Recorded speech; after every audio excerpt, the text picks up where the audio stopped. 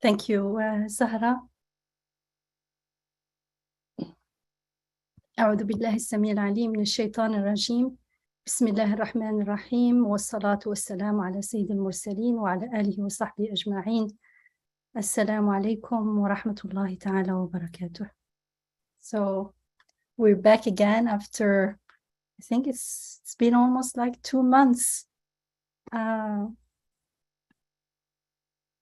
Alhamdulillah, inshallah, you've all been busy with good things. And when I mean good things, anything that reminds us of our purpose in life, anything that reminds us that we are on a journey and our destination is beyond death, beyond the grave. It's a very lofty destination, and that we are here on a very significant, important mission to know God, to fulfill the purpose of our creation, inshallah. Anything related to that, anything that enhances our awareness of this, of our reality, inshallah, is good, is khair. And whenever we forget, if it makes us remember to make istighfar and ask for forgiveness and remember again, that's good too, inshallah. So this 23rd word is from the Risale-i Nur. It's a kind of tafsir by, or reflections on various parts of the Quran from Imam Badi'u Zaman Said Nursi rahimahullah. And the 23rd word, so you remember we did the 6th, the 1st, the 6th, the 8th, the maybe the 9th, the 11th, the 18th, the 19th, the 20th. We didn't follow in order. But this 23rd word starts with reflection on a passage from the Quran. That passage is at the beginning of the 1st chapter. And it's Bismillah ar-Rahman ar-Rahim, in the name of God, the merciful, the compassionate. And indeed, we have created human being on the most excellent of patterns. Then we sent him down to the lowest of the low, except those who believe and do good deeds. So it's from Surah 13, Surah 95, Ayah 4 and 6.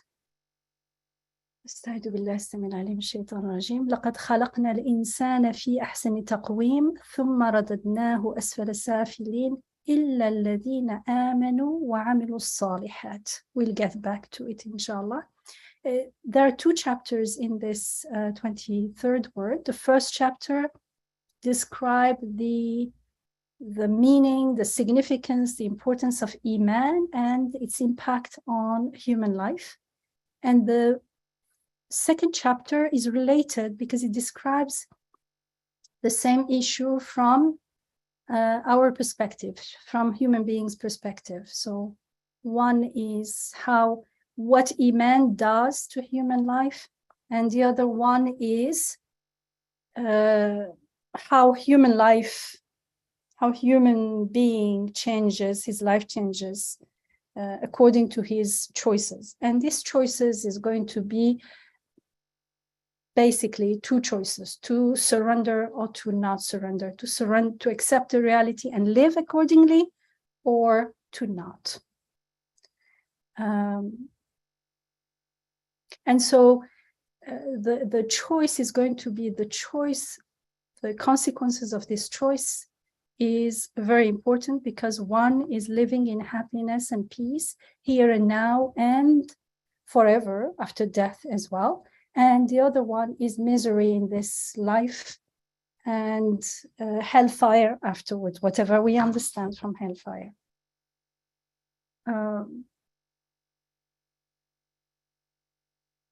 So let's start reading the beginning. There is an intro to the 2nd chapter and then the first remark, inshallah, and we'll get back to the text as we usually do, sentence by sentence. And whenever there is a something related to the text from Surah At-Tin at the beginning, then we'll get back to the guidance of this ayat, from these verses from the Quran, inshallah. Bismillah. All right, so I'm going to read through it. Bismillah, second chapter, including 5 remarks with respect to man's happiness and misery. Since man has been created on the most excellent of patterns and has been given most comprehensive abilities, he has been cast into an arena of trial and examination in which he may rise or fall to stations, ranks, and degrees, from the lowest of the low to the highest of the high, from the earth to the divine throne, and from minute particles to the sun. He has been sent to this world as a miracle of divine power, the result of creation, and a wonder of divine art, before whom have been opened 2 roads leading either to infinite ascent or infinite descent. We shall explain the mystery of this awesome progress and decline of man's in 5 remarks.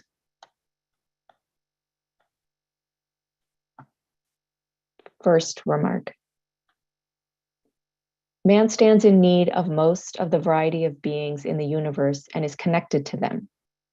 His needs spread through every part of the world, and his desires extend to eternity.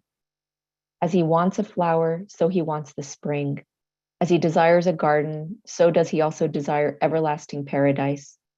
As he longs to see a friend, so does he long to see the all-beauteous one of glory. Just as in order to visit one he loves who lives somewhere else, he is in need for his beloved's door to be open to him. So too, in order to visit the 99% of his friends who have traveled to the intermediate realm and so be saved from eternal separation, he needs to seek refuge at the court of an absolutely powerful one. For it is he who will close the door of this huge world and open the door of the hereafter, which is an exhibition of wonders, remove this world and establish the hereafter in its place.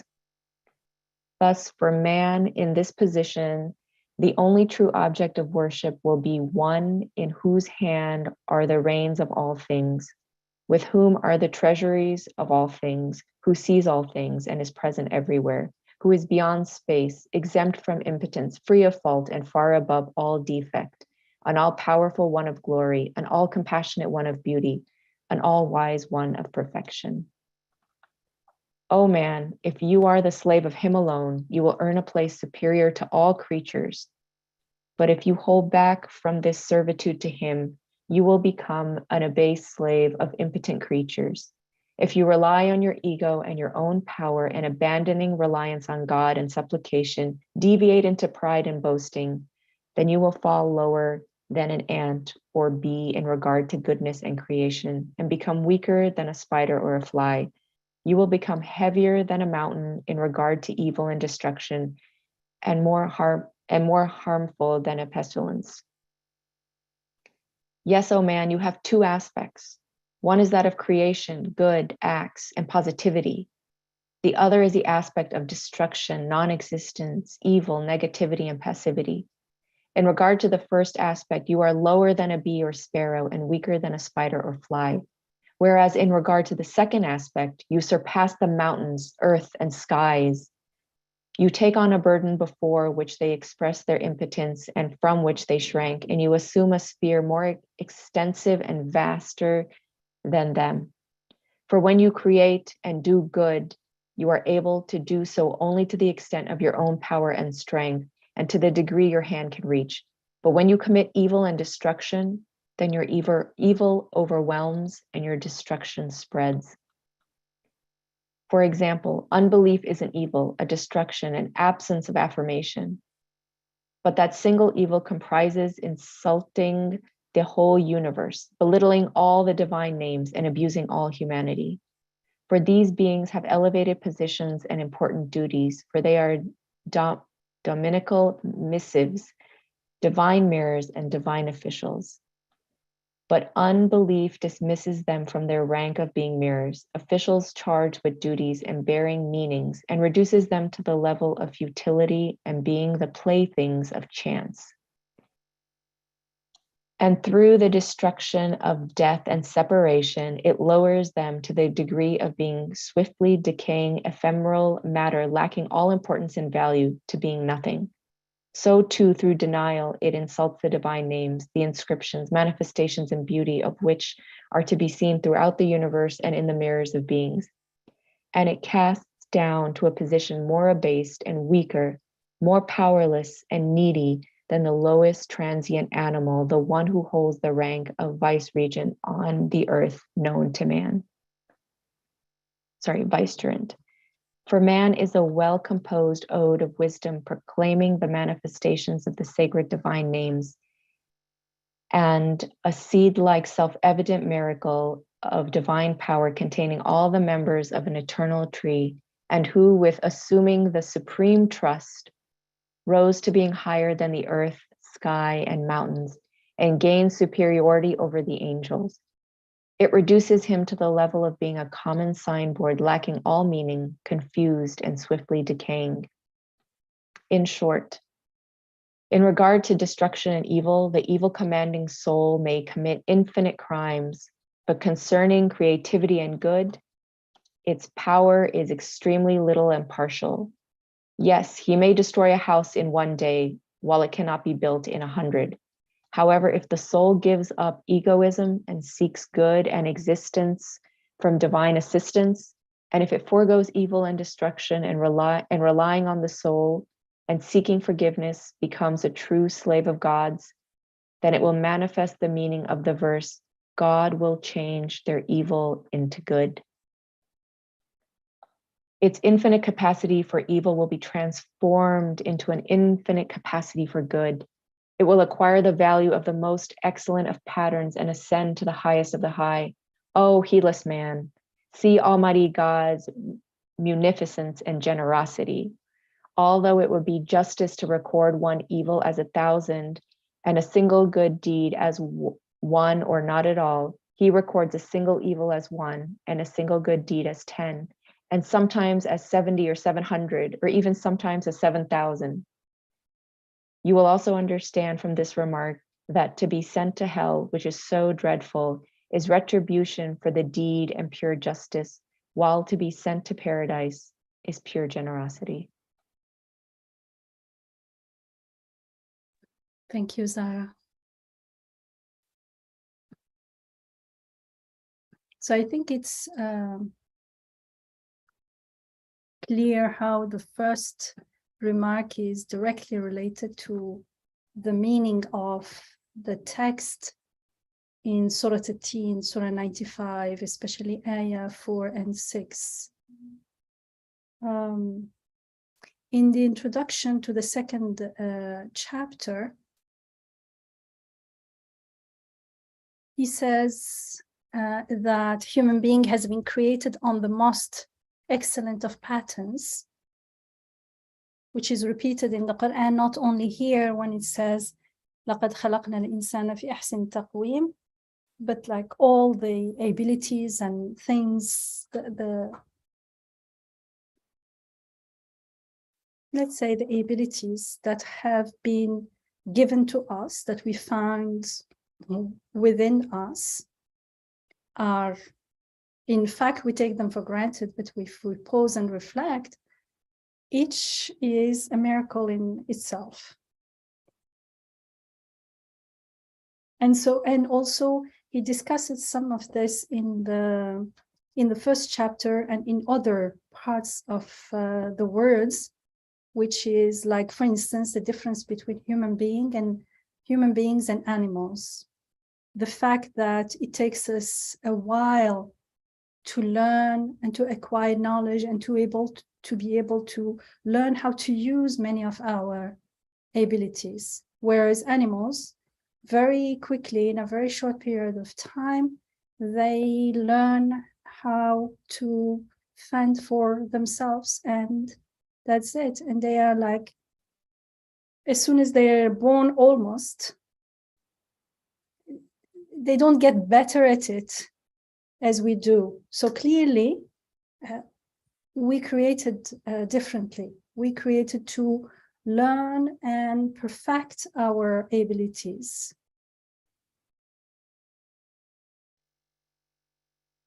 When you look at the creation of human being, a baby and any other baby animals, the weakest and the most helpless, the most needy of help is human being. Yet this human being has tremendous potential and can actually use everything else in the creation.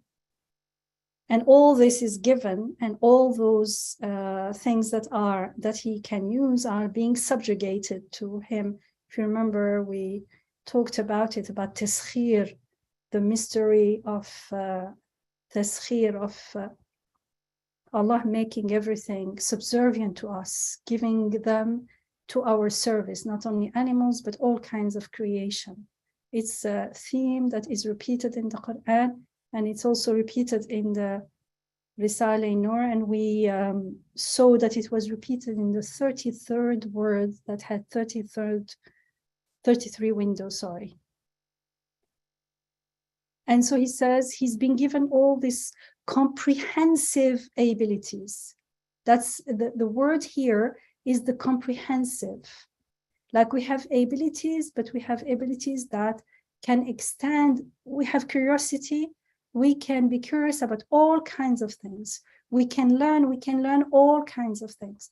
We can speak, for instance, meaningfully, and we can speak all kinds of languages, and even within one language, all kinds of about all kinds of topics and everything. So it's this comprehensivity is really something that is special to human being, and it's telling us also about the purpose of our creation, that our abilities were not given to us to use them for what we mostly use them, in a very limited scope, very limited way. And this human being has been cast into an arena of trial and examination. He's been given all these resources, and he's been sent into this arena of trial and examination. I mean, we live in a world, it's not paradise. Either there are lots of things that are difficult to deal with, and even when everything is going our way and everything seems easy and whatever we work for is given and there is fulfillment, it does not last. And very quickly, we feel the need for something more, something different. That's also how we are created. And he's been given these abilities and cast into this arena of trial and examination in which he may rise or fall. So there is always this possibility of rising up and failing. But we'll get back to it here. It's not about rising and failing in the sense of what we understand as success. Someone gets into a business, he makes money or he doesn't. Here it's the real rising and falling is in the aspect that looks to ibadah, to worship, to our true purpose in life, and through our connection to our maker, sustainer here and now, and through that connection, how we connect to the rest of the world. And so there are degrees. Of course, when we are the rise has degrees and the fall has degrees. From the lowest of the low to the highest of the high, from the earth to the divine throne, and from minute particles to the sun. And here he's saying this because the difference is huge. This is something that when we were studying surahs from the Quran, chapters from the Quran together, something that attracted our attention again and again, which is that there is no neutral stand in between. each moment we are either connected to the reality, accepting it, being aware of it, and being and therefore acting accordingly. It doesn't mean that we are acting in the most perfect way, because there are degrees in being, there are degrees in awareness as well. But what makes a difference is that awareness of the connection and accepting it and choosing to identify as who we are, as abd mean in the sense that we are being sustained. For instance, life is not mine, seeing is not mine, it is being given to me right here and now. Once I make the choice to accept this reality, it's going to change how I view myself, I identify myself, and how I start interacting with everything around me. And I may know this, and I don't want to remember. I don't remember it, but I feel like we don't remember what we don't like to remember. Because if we really, really want to remember something, as we are told in the Quran, we've been taught to write. I'll write it everywhere. If I have the intention, then if it's written there, whenever I see it, I will say, oh, yes, this is it, and revise my attitude. So I'm not going into why we forget, but if we keep forgetting, and if most of the time we forget, there is an issue there of willingness or unwillingness to surrender to the reality, to surrender the trust back to its owner. And here, by the trust, I mean my life, my seeing, my thinking, my awareness, everything that I identify with as I, as myself, is actually given to me right now, not when I was born, not sometime in. No, it's being given. It's not mine at all. It's a trust. It's just being borrowed. It's just like the reflection on a mirror. And the more that's why this is not something to be known as an information. It's something that this information needs to be experienced until it becomes a reality. And for that, we need to intend it, to reflect, pause, reflect, contemplate, meditate. And once we do it, when we are just sitting and nothing is going on, and I decide to ponder over this reality, then when I'm interacting in the world, for instance, something happens, let's say a sickness befalls, then I won't react in a way, why me? Why did you give me this sickness? Because health was not mine anymore anyways. So now I say, okay, let's see what the sustainer has in store for me, because whatever comes from him, it comes with wisdom. Wisdom means it's not in vain, it's not without meaning, it's not without purpose. And the purpose doesn't only look to me and to this limited transient life, but to everything around me, to the beautiful names of God, and to my life as it pertains to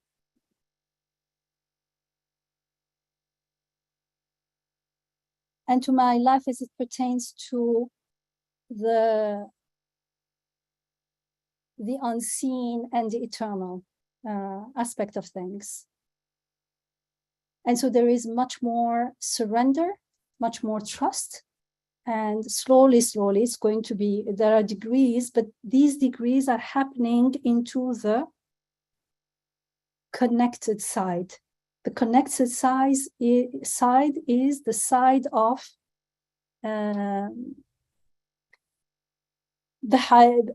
getting higher and higher and higher. We will see why it is higher. Why do we get higher and higher when we're actually letting go of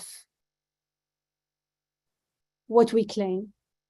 And the other option that we are always told in the Quran is disconnected. When we are disconnected, whatever we do will be in our name and we will claim for ourselves. And even when we remember God, we will expect him to give us something as if I'm making sacrifices and I'm expecting God to reward me. Hasha. What sacrifices? Nothing belongs to me from the beginning. And so it reminds me the ayah in Surah Al-Balad, when we are told وَهَدَيْنَاهُ النَّجْدَيْنِ. And just before وَهَدَيْنَاهُ النَّجْدَيْنِ, it says أَلَمْ نَجْعَلْ لَهُ عَيْنَيْنِ. Have we not given human being two eyes, وَلِسَانًا وَشَفَتَيْنِ, and a tongue and a pair of lips? وَهَدَيْنَاهُ النَّجْدَيْنِ. And we have pointed out, and have what we pointed out to him, the two clear ways, or the two highways. Najd is like a clear, big, it's clear, it's a highway. It's not like we missed it. It's because we had no intention to question it. And of course, these two ways are the two ways of good and evil, of happiness and misery, of connecting or not connecting, of surrendering or not surrendering. And here in this, especially in the first remark, but actually in the whole chapter, even in the first chapter, he's pointing out how the loss is so huge. So there is nothing in between. Either we connected or disconnected. Our life may not be because our life will be dots. Each moment is a dot.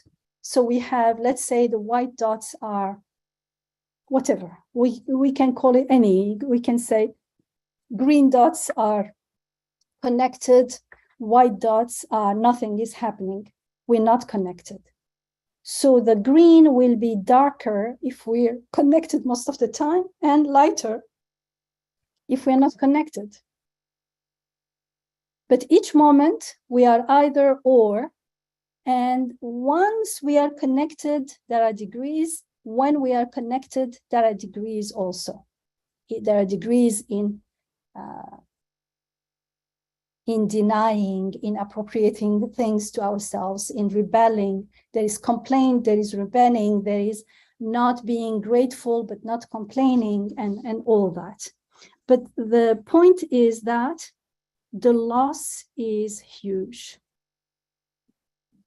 When we are not surrendering, when we are not connecting to the reality, there is a point here that is important, is whether I acknowledge the reality or not. The reality is still there. The reality is still that I do not own anything. It means everything. I am being created. I am being sustained here and now. The fact that I don't acknowledge it does not change that reality. And so I'm only deceiving myself. We live in an illusion when we are not surrendering to the reality and accepting it and making peace with it, because actually that's our only way out of the dilemma of life, the dilemma of transience, the dilemma of meaninglessness and purposelessness, the dilemma of the darkness of death, for instance. And death, not only the day we leave this world, but death, the ending of every period of our life, the ending of every day, for instance. So the loss here is huge. This is what we need to ponder open. What came to my mind is like, imagine suddenly someone comes, let's say some lawyers or something, they come with paperwork and they say, you've inherited billions, but there are conditions. And these conditions, if you don't fulfill them, then you won't get the billions. That in itself is a huge loss. And if we will be very, I don't know if you, I feel like we would be very attentive to what are the conditions to fulfill, the conditions to be fulfilled to inherit this billions. And that is when we don't, so there is not only the loss of the benefit, but there is worse. And the loss of the benefit itself is very, how would you say? Itself hurts. But there is even more than that, because when we are not doing that, we are actually lying. It feels like we are in a neutral state. I am not acknowledging that I am abd, but I'm not doing anything else. Yes, I am doing something. I am lying by not accepting who I am, because I'm claiming by default that I exist on my own, I do things on my own, life is mine, my choices reflect that. So it's not neutral in the sense that by not accepting, endorsing the reality and acknowledging it, I'm actually lying. And there are consequences to those lies. And that takes us to shirk, which in the Quran we are told again and again is dhulmun azim. It's a great oppression, it's an injustice, and it's something that harms us and everything around us. And this shirk we will see here in the first remark is when we are in that illusion of self-sufficiency, of being independent and existing on our own, and we're not aware of our connection to the rest of the world. Why does it matter to be aware of our connection? Because then it will be clear that whoever is making me is making everything, and whoever can help me can only be that. And so I won't be seeking help and benefits from other things.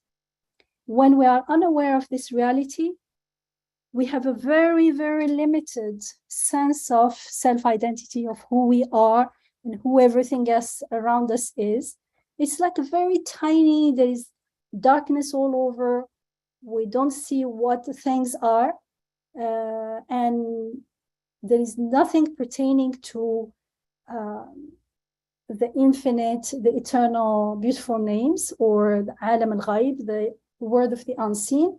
Even in this world, it will be limited to our little world. Today, I want this. And why can't I get it? Or I'm hurting because this is happening. And then we seek help within that limited little arena of ours, that little sphere.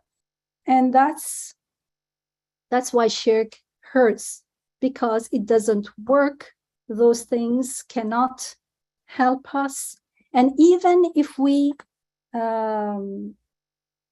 can get some result, again it's Allah's will. If He send us again to teach us something, it does not last, because in that limited world we are not aware that whatever we want now, and we think our joy and well-being depends on it, it won't last. Very quickly we won't satisfy us anymore, because we're not created for that. That thing cannot satisfy the human soul that is created for infinity, that is created to know the eternal one, that He has been taught all the eternal beautiful names. It can't be satisfied with something transient, ephemeral, doesn't last. Very quickly will start looking for something else. And it's the same for anything that pains us or hurts us. Even if that's resolved very quickly, something else will pop up, and we won't be able to stay in the gratitude of what happened, because there is this new day, new needs, new desires all the time. And if we stay there, and if we don't look beyond, if we don't pause and reflect on the way we are and the way we are interconnected with the world and the way we have all these needs and desires, then we'll be like in a vicious circle, like running around, and after a while we realize that we will just running around. We start recognizing things around us, but nothing seems to, things change, yet they don't change. As they say in French, plus ça change et plus c'est la même chose. Because it seems like it's changing, it's a new day, but everything is very similar to the previous one. And that is an ayah, that is a sign to tell us you need to get out of this vicious cycle. And this ayah and these remarks are to point us to how to get out of that path of darkness, that path of shirk, that path of misery, and find this eternal happiness here and now, and inshallah, even more clearly in the hereafter, in Akhirah. So I feel like it's very, very important. This is much more than inheriting billions or trillions. Yet, I'm talking about myself. Subhanallah, as we are told in the Quran, astaghfirullah, how seldom you take things seriously, how seldom you sit and you are grateful, how seldom you are grateful for all the things that we take for granted.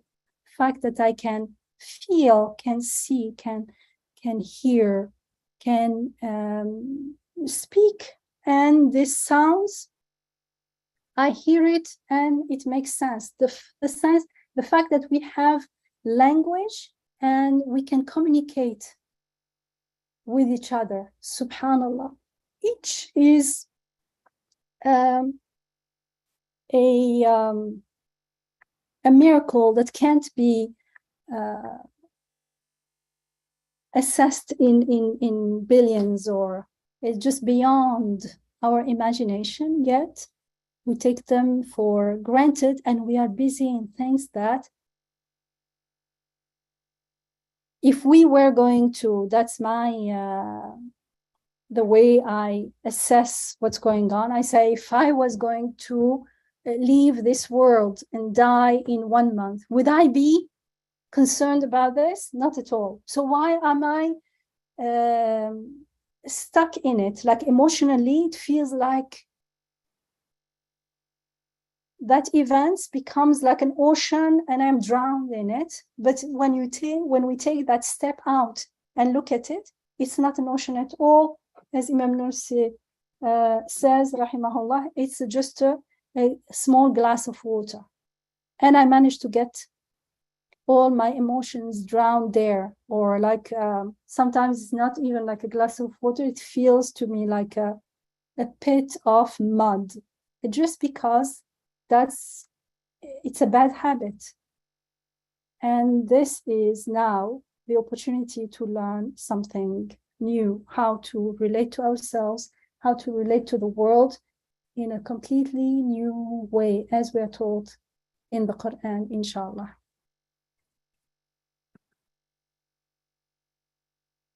So before we go to read the text sentence by sentence, if you have anything you want to share, please go ahead.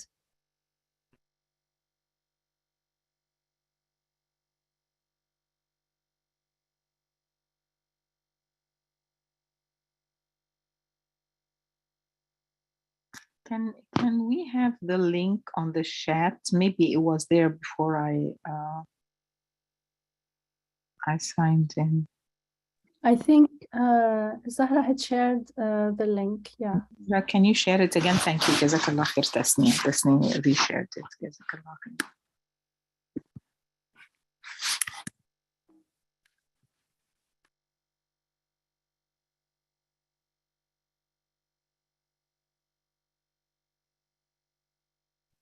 So, I have a question. Is it okay to ask my question? Sure. Wa alaikum salam wa rahmatullah, Naima. Okay, so my question is around, I guess, like the beginning of the remark of the chapter. You mentioned something about our comprehensive abilities. So the question, it says that we have this excellence in us, this potential. How do we cultivate our abilities so that they can be used in an expansive way, right? Because you mentioned how we don't really utilize that. You mentioned, these aren't your words, but I'm just summarizing. We don't tap into it in the way that we can in order to really make the most of our existence in a beautiful way. Any thoughts around that? Any guidance around that? Maybe we'll get there. Inshallah, maybe we'll get there. This is a very crucial question. It's something that we get back anytime we discuss something related to this issue, which is our existential predicament or existential stand. So there are two ways to understand this question. One is most people are going to understand it as how do we develop our abilities in the sense of, for instance, I won't know one language. I'll know the language very well and maybe more than one language. For instance, if someone is good at cooking, will be an expert cook, or he's a scientist, become an expert. And so we're not talking about this part. Why? Because if we start here, we're going to go off tangent, off we're going to miss, if I may, the whole thing here is to find, before we develop anything, the starting point is the point of, do I accept? Am I aware that I am being made right now? I'm being sustained, even if I don't know yet who really sustains me. Do I accept and I'm at peace with this reality or not? So that's our point of initial point, where we start the journey. And when we are at that point, if we accept, then we need now to find the destination, as we are told in the Quran, istaqim kama umirt. Follow the destination as you have been commanded. And the Prophet, ﷺ, peace and blessings be upon him, says, Shayyabatni istaqim kama umirt. This istaqim kama umirt has made my hair white. It means he's been so focused on following the path without deviating that it's like it's taken all his focus. Because if I am not following the straight path, the path of blessings, the path that I'm supposed to follow, then even if I think I am developing my abilities in a worldly way, I would only get away from the destination faster and faster. So first, before anything, is to be clear about where we're standing, be grounded there, and then always follow the destination. The destination is always remember the relationship between me and my sustainer. I am being sustained, and in that awareness, I become aware of who is sustaining me, who he is, and cultivate that relationship of gratitude, of awe, of ubudiyah, of worshipfulness, of reverence towards this sustainer, and get to know him through knowing how he is taking care of me, not only directly, but also through the whole universe. So, for instance, he's not only, I realize that I'm made to breathe, but in order to breathe, not only all this very sophisticated body is given to me, but also the way the air is coming in, and this air is everywhere. So whoever is making me breathe this way with this air is the maker and controller and creator and the malik, the owner of wherever, of the air and wherever it goes. And this adds to how I know my Rabb, my sustainer, and how I am filled with awe and trust for him, and more surrender, and more living in the presence of God here and now. Every breath starts reminding me of him. Now, when we are in this path, this is the ability that we need to develop the most, because everything is given to us for this. So now my sight, when I look around me, will fulfill the purpose of its worshipfulness, because everywhere it looks, it will remind me of him. And the more our consciousness, our mindfulness increases, the more we start seeing things that maybe we were not seeing before. So our sight is now expanding. Our insight also will expand. Our consciousness, which is the most important because everything else depends on it, will also expand and increase. And so that time, whether I'm the best cook or not so best cook, does it matter? And because if someone is given a gift to draw and the other one is given the gift to cook, it will come out anyway, because they will be called to, there will be joy in doing that. But when we do it horizontally, then it will only increase the ego, or say, oh, I look at the other one and, oh, she doesn't draw as well as I do. So it will contribute to inflate the ego, and that's going faster away from the goal, the goal that looks to God, that looks to the beautiful names, that looks to Akhirah, to the hereafter.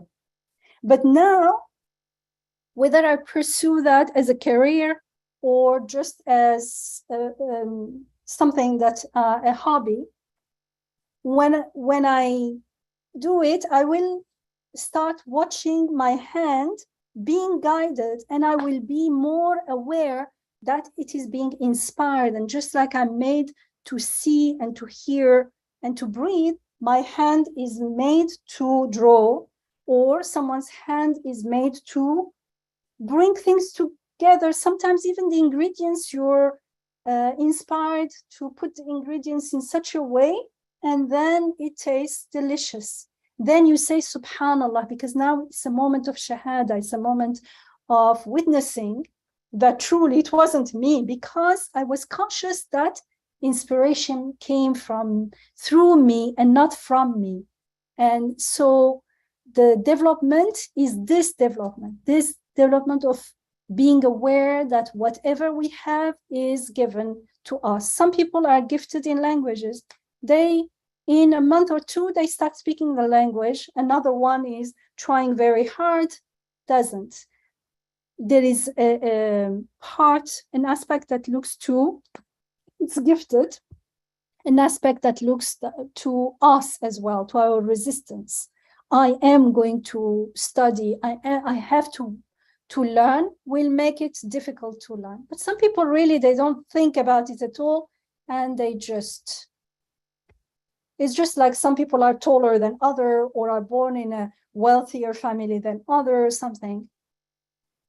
If we are connected, it becomes a means to reflect and offer gratitude, because clearly it's not from us.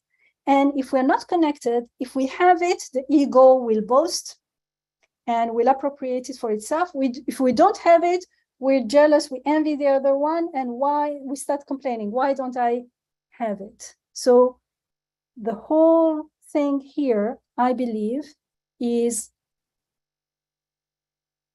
in focusing on that our abilities to know God, and all our senses and all our everything, all our gifts will help us in that path. And if we're not in that path, everything will pull us back away from, or at least, even if it doesn't pull us back, it won't help us.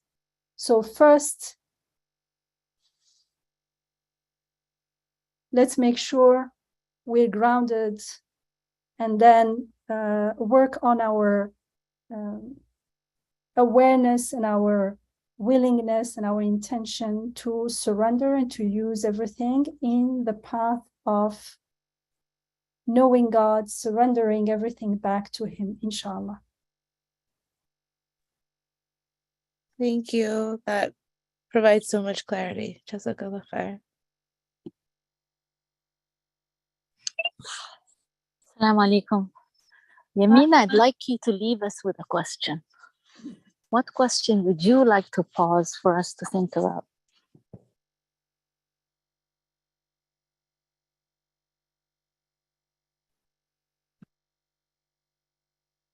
Meaning, what do you have in mind?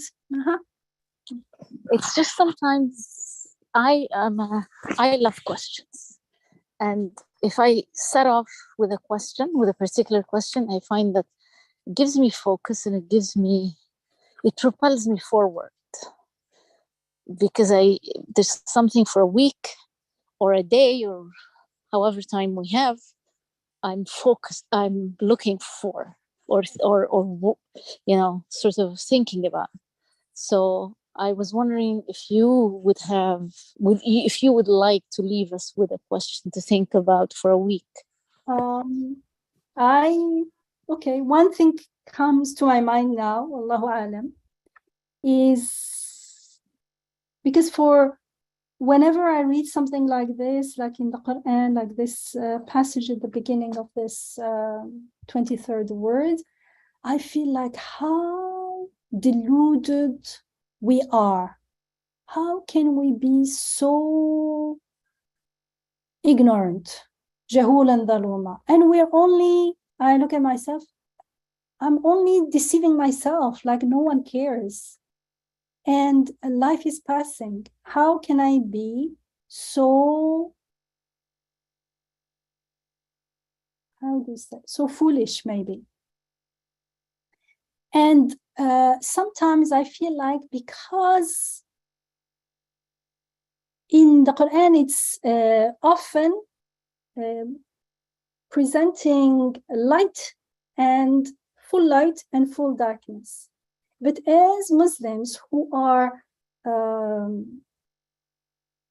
familiar with many of these concepts, and especially with the concept of akhirah and life after death, it doesn't seem totally dark. So there is this not certainty of akhirah, because if there is certainty of akhirah, there will be no foolishness, no self-deception.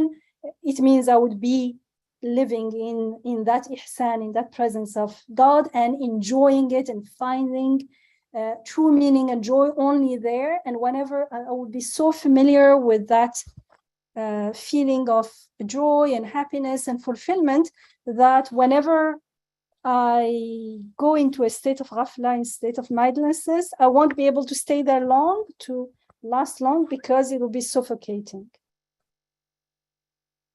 But so if we can stay in ghafla, in mindlessness for longer period of time, clearly we don't have that certainty that we are being invited to in the Quran, that certainty of akhirah here and now. Because if we do practice conscious shahada, conscious witnessing of the beautiful names, like we read in the 11th word, here and now, experiencing it, we won't last in ghafla, because we would be too miserable there. You know, if someone is used to comfort and luxury, and suddenly you take them to a very harsh place, no bathrooms, no water, no running water, no clean water maybe, and you have to go and get it from very far, they will feel miserable. But we don't.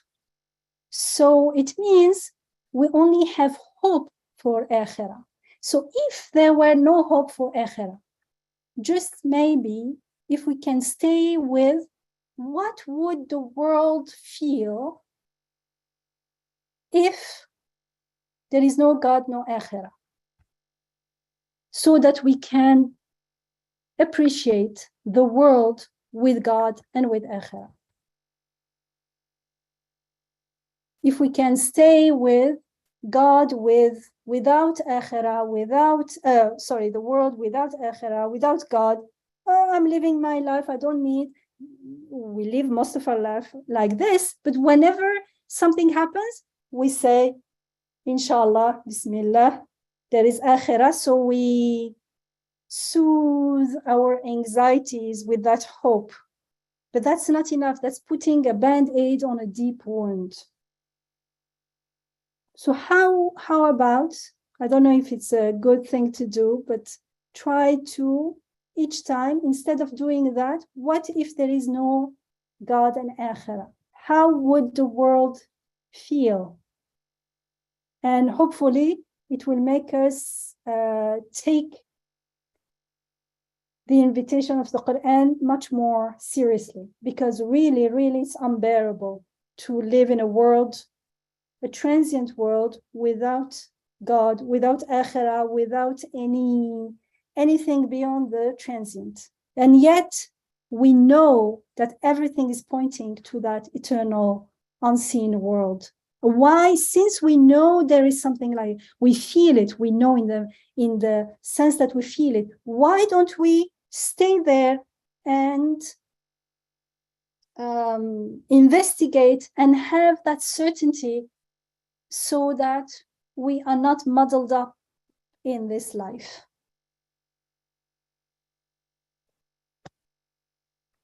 Of course, it's everyone is free to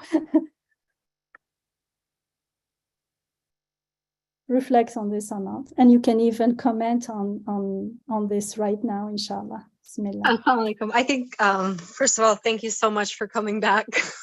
You were so much missed. Assalamu alaikum.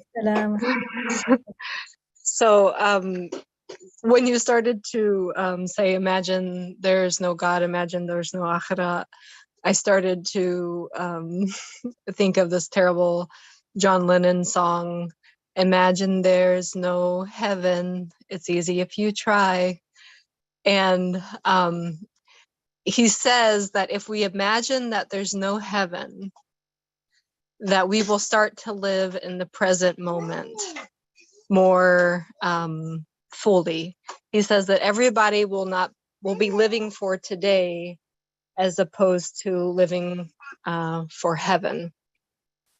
And this is highlighting, I think, for me, the deep wound that you mentioned, where I am going to, where we might say that, oh, our problems will go away because there's some heaven that we're going to go to that's going to be it's going to solve everything, but that doesn't show that we've actually connected to God in the present moment.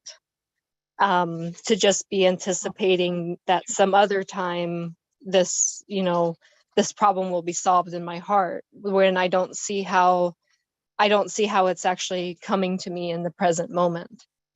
And so I think that in contemplating this question, for me, it's going to there's going to be more than just like, oh, imagine there's no heaven. It's imagine what I would do if heaven were potentially now. Imagine, like, if God were to, if there was no God, if there was no heaven, but also there was not in a far off sense, but also if that was not something I could experience right here and now. So I don't know if this made sense, but it's just that we often, there's a thinking out there that if we didn't anticipate the future heaven, that we would be more in the present moment. But that is not what we're being taught in the Quran. We're not being taught to disconnect from the present moment and put all of our anticipation in the future. Because that's taqlidi. That's not true iman. It's something that we are calling iman, and that's why we never stay in the moment, and we live totally as if there is no akhirah. And yet whenever there is a wound inflicted because of our ghafla and our living in transience, whenever there is a moment of wake up, this is transient, we say, okay, I can bear it because there is akhirah. And that's not the akhirah that the Quran is talking about.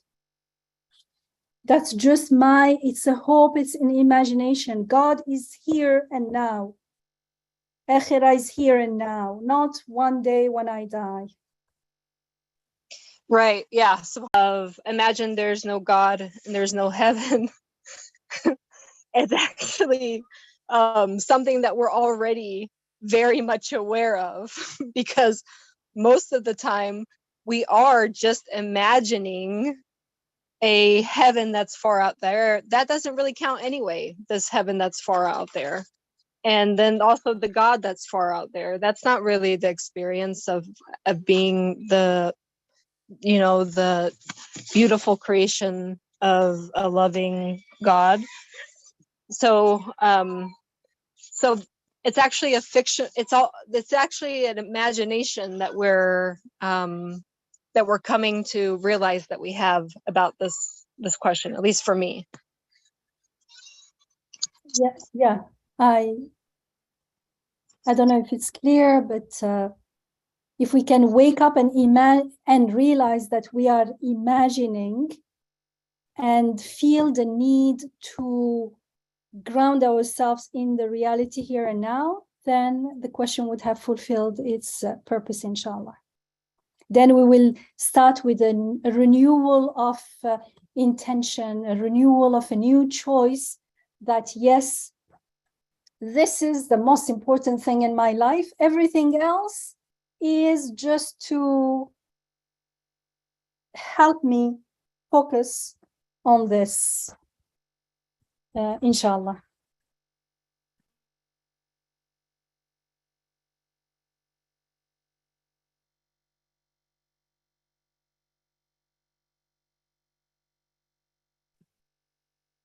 If there is no other question or comment, so inshallah, we can end here and meet again with the first remark. And maybe you can share your reflections and your realizations, inshallah, and maybe your new decisions during this week, inshallah. Anyone wants to share something before we end with the dua, inshallah? Okay, سبحانك لا علم لنا إلا ما علمتنا إنك أنت العليم الحكيم وآخر دعوانا أن الحمد لله رب العالمين اللهم أرنا الحق حقا وارزقنا اتباعه وارنا الباطل باطلا وارزقنا اجتنابه نستغفر الله نستغفر الله نستغفر الله العظيم الكريم الرحيم الذي لا إله إلا هو الحي القيوم ونتوب إليه سبحانك اللهم وبحمدك أشهد أن لا إله إلا أنت أستغفرك وأتوب إليك آمين والحمد لله رب العالمين. Thank you.